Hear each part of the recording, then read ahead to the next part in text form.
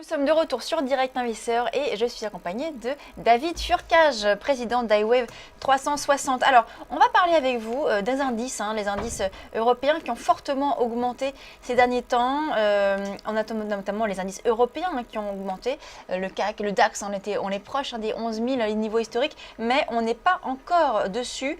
On est là, par exemple, on voit donc à 10 856,56 points, un petit baisse de 0,32%. Le CAC également se replie un petit peu après avoir une belle hausse de l'indice parisien.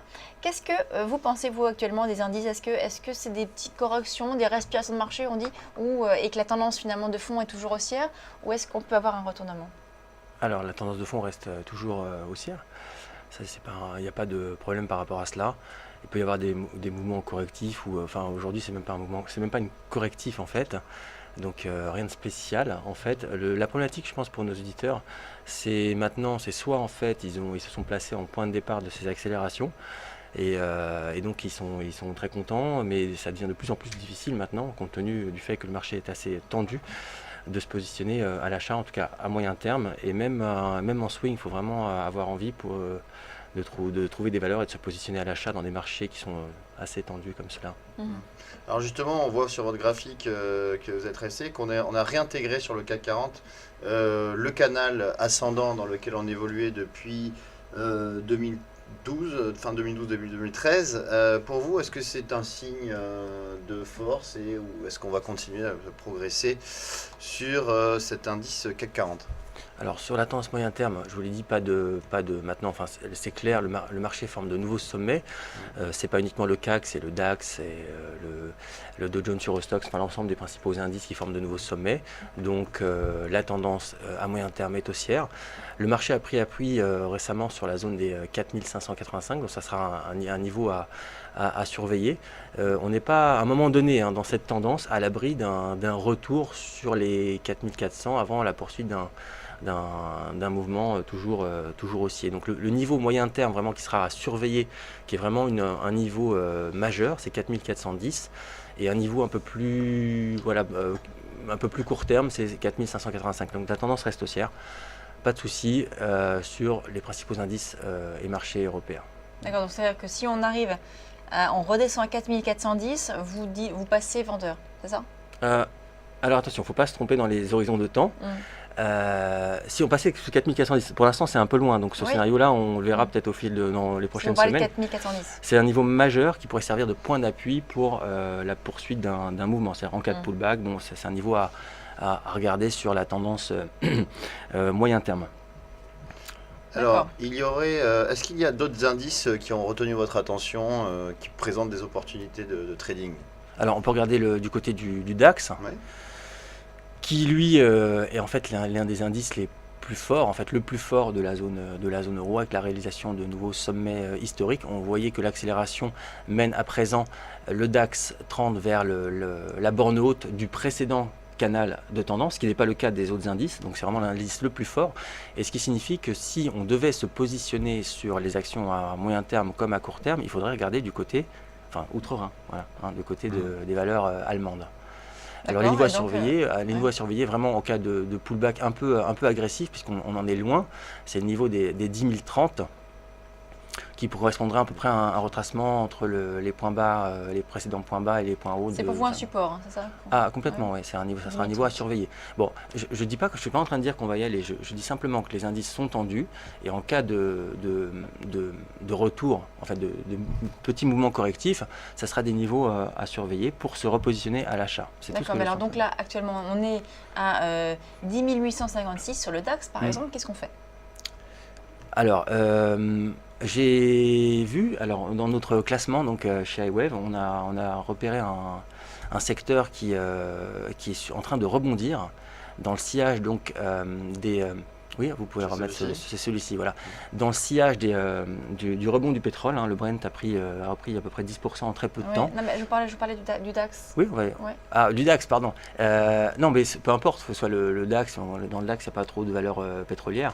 Non, mais vous me disiez, Oui. vous disiez, on va surveiller donc le niveau des 10 Mhm. 30 Oui, comme support majeur oui. pour après Très bien. Alors, on va venir. reprendre position, voir Ok. des petits replis pour passer à l'achat. Là, comme on est un petit peu loin quand même de ce niveau-là, on est à 10 856, Oui. qu'est-ce qu'on fait Alors, on en peut attendant surveiller toujours le secteur phare. Depuis 2 mois, c'est toujours le secteur automobile dans lequel justement dans le DAX il y a des bonnes valeurs automobiles à surveiller. Ça reste le thème pour l'instant sur lequel nous on est situé. Si on voit voilà, sur la partie droite dans le tableau ici, vous voyez qu'on classe parmi les secteurs forts et faibles, et l'auto sort toujours comme étant l'un des secteurs les plus forts.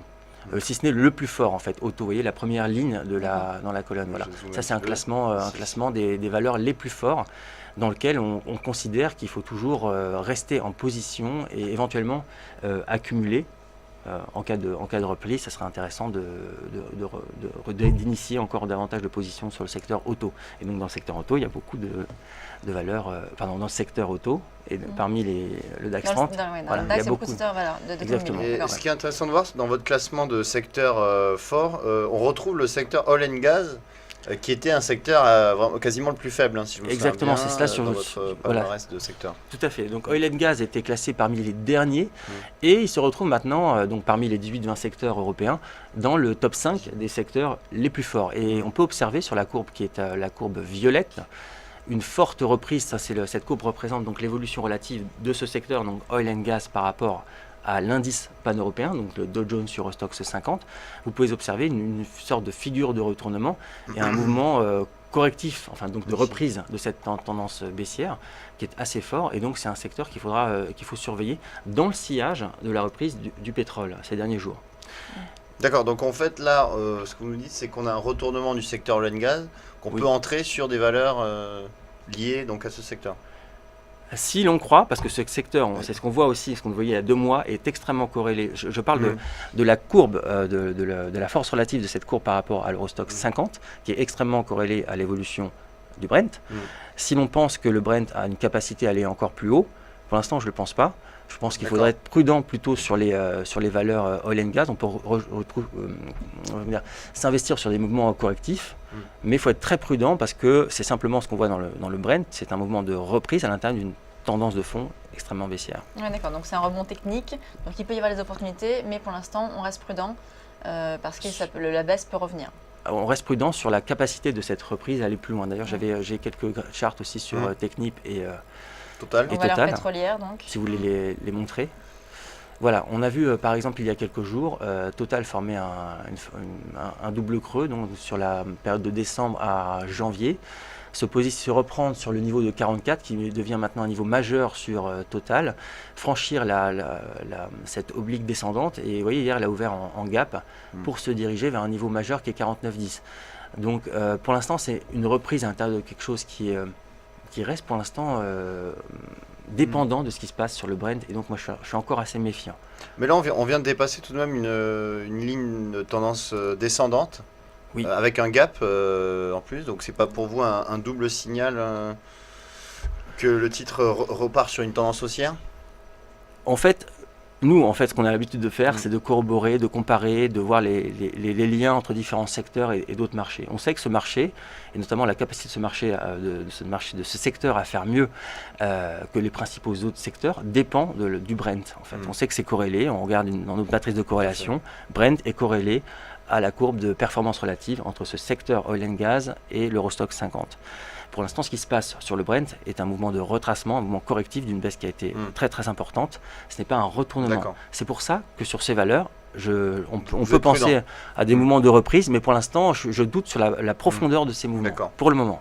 D'accord, donc là, on pourrait même repartir à la baisse si on touche, par exemple, ce niveau de résistance à 49,10. Ça pourrait être un niveau de résistance. Alors, pour l'instant, ce qu'on a vu quand même, c'est des signaux forts de reprise. Donc, Tout à fait. je ne dis plus qu'on pourrait repartir à la baisse. Je dis que simplement que je suis prudent sur la profondeur d'une reprise. Alors évidemment, si 44 était rompu, ça veut dire qu'on réintègre à nouveau cette zone de tendance baissière avec la rupture d'un niveau clé. Et là, ça mettrait à mal toute capacité à ce titre de se reprendre davantage. Merci beaucoup David Turcage, donc président d'iWave 360. Merci. On marque une pause et on se retrouve tout de suite pour la fin de Direct Investisseur.